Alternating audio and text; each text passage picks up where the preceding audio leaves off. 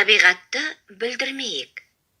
Табиғат адамның ежелден бергі тіршілік етіп, өмір сүріп келген ортасы және мәңгілік мекен ете беретін алтын бесігі.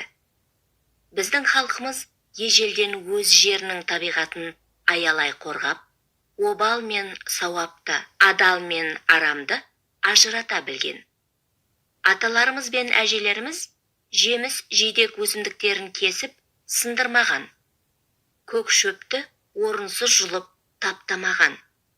Құстарды, аңдарды табиғат перзенті деп, өніп өсуіне қиянат жасамаған.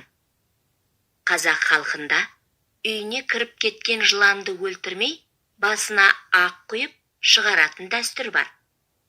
Өрмекшіні, аққу, киік, көгершін, қарлығаш, бүркіт сияқты жәндіктер мен құстарды халық қасиетті санаған.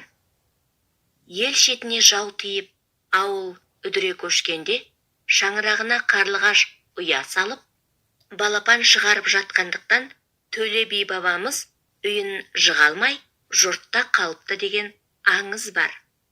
Еліміздің бай табиғаты мен саны азайып бара жатқан өсімдіктер мен жануарларды сақтап қалу мақсатында құрылған мемлекеттік қорықтарды біліп жүр.